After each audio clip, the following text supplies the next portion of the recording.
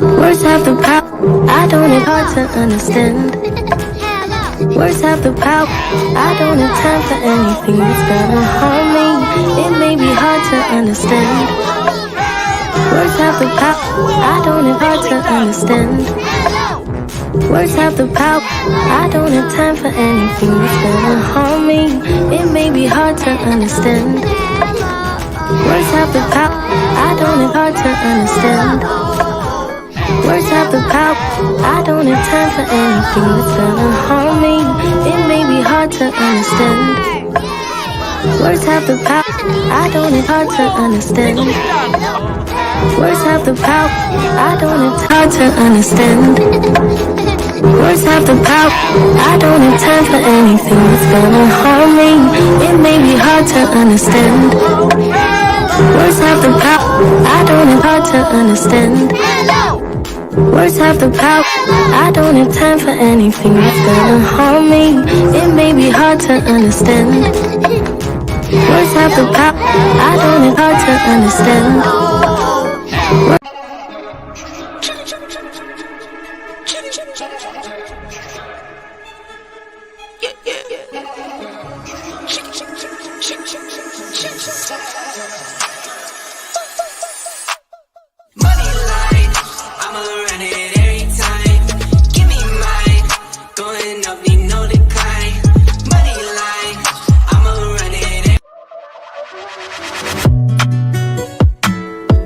Don't play with it, don't be dishonest. Ay, still not understanding.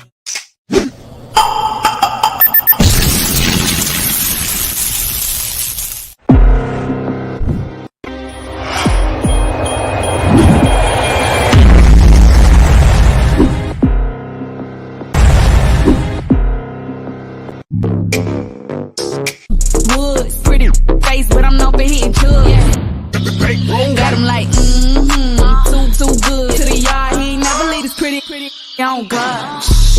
Broke, too good. Real boss, nigga got the woods, pretty face, but I'm known for hitting chugs. Got him like, too good. To the yard, he ain't never leave his pretty on God.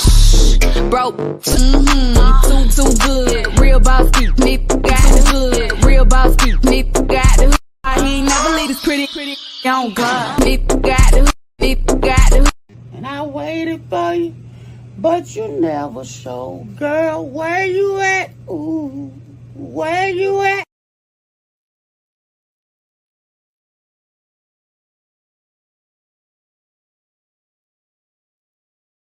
Hello.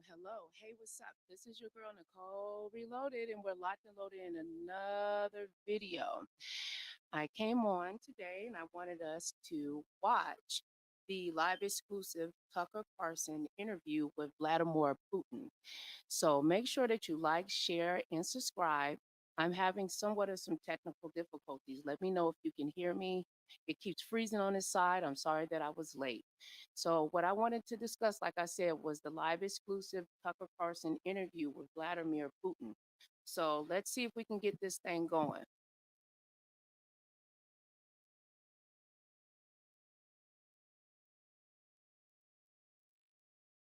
Now, I hope you guys can hear me. This is your girl, Nicole Reloaded. We're locked and loaded with another video. I'm having somewhat of some technical difficulties, but let's get into it. Let's see what Mr. Carlson did.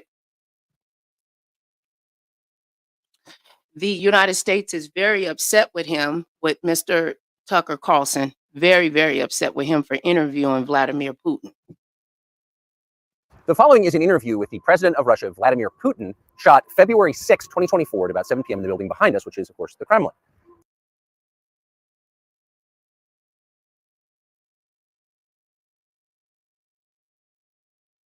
The interview, as you will see if you watch it, is primarily about the war in progress, the war in Ukraine, how it started, what's happening, and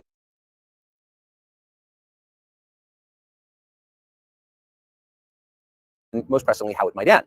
One note before you watch. At the beginning of the interview, we asked the most obvious question, which is, why did you do this? Did you feel a threat, an imminent physical threat? And that's your justification.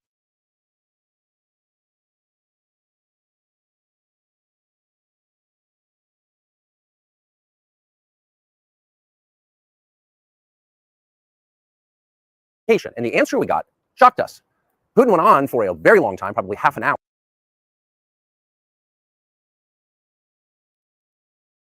about the history of Russia going back to the 8th century.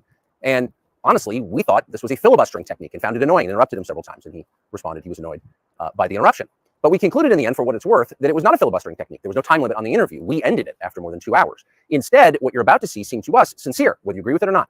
Vladimir Putin believes that Russia has a historic claim to parts of Western Ukraine. So our opinion would be to view it in that light, as a sincere expression of what he thinks. And with that, here it is.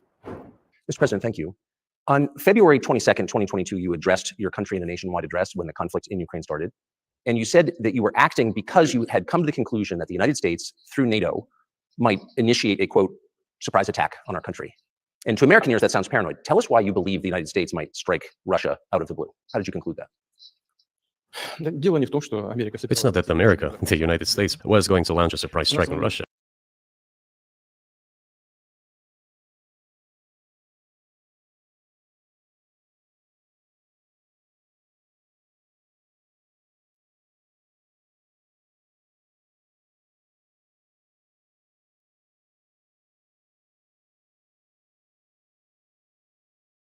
I didn't say that. Are we having a talk show or a serious conversation? Here's the quote. Thank you. It's a formidable series. Because your basic education is in history.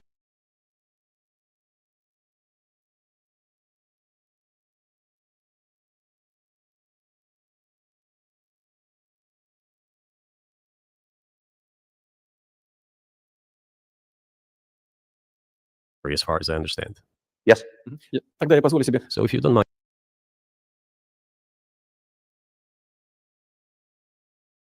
I will take only 30 seconds or 1 minute to give you a short reference to history for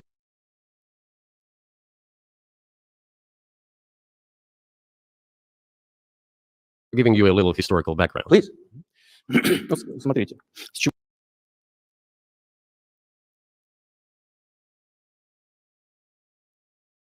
Let's look where our relationship with Ukraine started from. Where did Ukraine come from?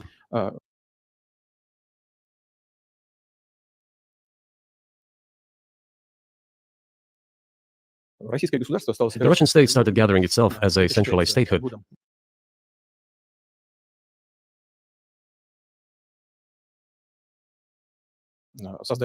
And it is considered to be the year of the establishment of the Russian state in 862, when the townspeople of Novgorod invited a Varangian prince, Rurik, from Scandinavia to reign. In 1862, Russia celebrated the 1000th anniversary of its statehood. And in Novgorod, there is a memorial dedicated to the 1000th anniversary of the country. In 882, Rurik's successor, Prince Oleg, who was actually playing the role of regent at Rurik's young son,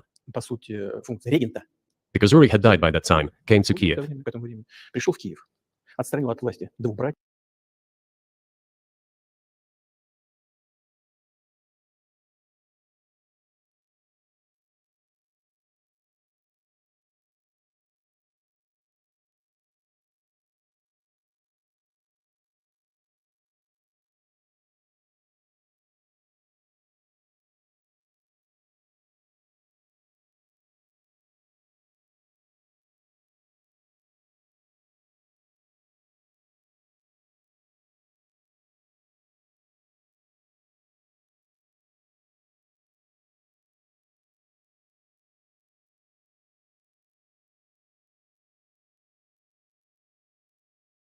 He ousted two brothers who apparently had once been members of Rurik's squad.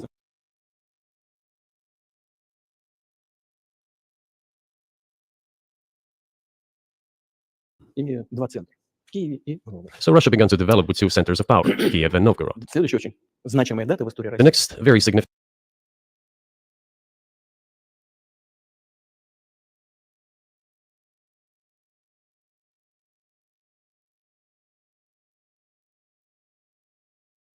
date in the history of Russia was 988. This was the baptism of Russia.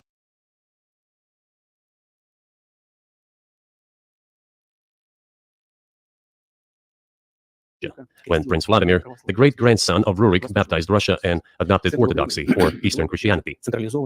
From this time, the centralized Russian state began to strengthen. Why? because of the single territory, integrated economic size, one and the same language, and, after the baptism of Russia, the same faith and rule of the prince. The centralized Russian state began to take shape. Back in the Middle Ages, Prince Yaroslav the Wise introduced the order of succession to a throne.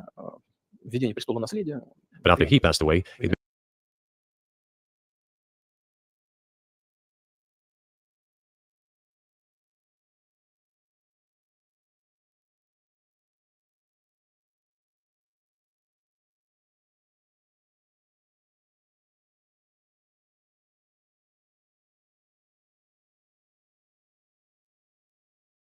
became complicated for various reasons. The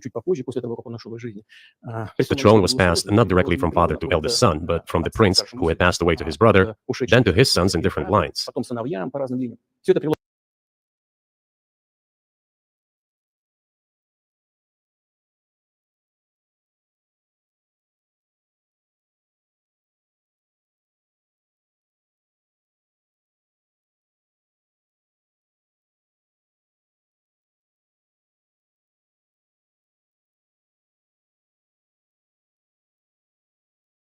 All this led to the fragmentation and the end of Rus as a single state.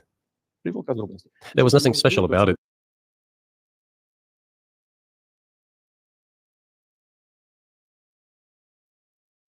The same was happening then in Europe. But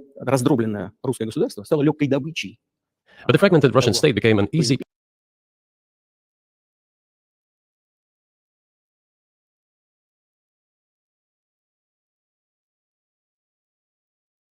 prey to the empire created earlier by Genghis Khan. His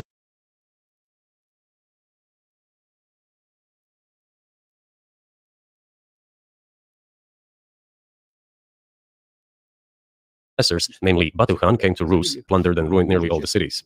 The southern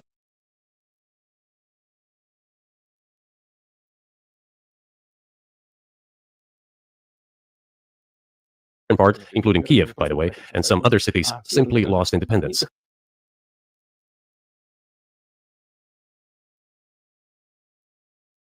While northern cities preserved some of their sovereignty.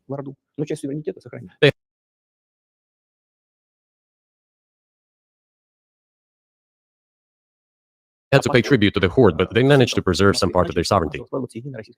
And then a unified Russian state began to take shape with its center in Moscow. The southern part of Russian lands, including Kiev, began to gradually gravitate towards another magnet, the center that was emerging in Europe. This was the Grand Duchy of Lithuania. It was even called the Lithuanian Russian Duchy, because Russians were a significant part of this population. They spoke the old Russian language and were Orthodox.